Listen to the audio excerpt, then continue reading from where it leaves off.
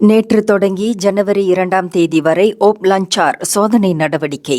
Christmas பெருநாள் பள்ளி விடுமுறையை தொடர்ந்து புக்கிட் அம்மான் போலீஸ் தலைமையகத்தின் குற்றப்புலனாய்வு போக்குவரத்து அமலாக்கப் பிரிவு இந்த நடவடிக்கையை மேற்கொள்ள உள்ளது.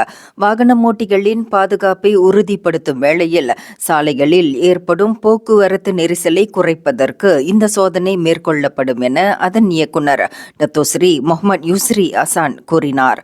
கிறிஸ்துமஸ் பெருநாளை முன்னிட்டு 2 நாட்களுக்கு நெடுஞ்சாலைகளில் டோல் கட்டணம் இலவசம் என பொதுப்பணித்துறை அமைச்சர் அறிவித்ததை தொடர்ந்து நாள் ஒன்றுக்கு வடக்கு தெற்கு நெடுஞ்சாலையில் 21,20,000 வாகனங்கள் பயணிக்கும் என பிளஸ் நிறுவனம் இம்மாதம் 17ஆம் தேதி வெளியிட்ட அறிக்கையில் கூறியிருந்தது.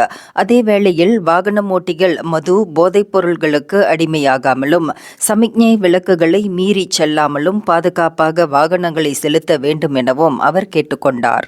இந்தியர்களின் இதய குரல் மக்களோசை.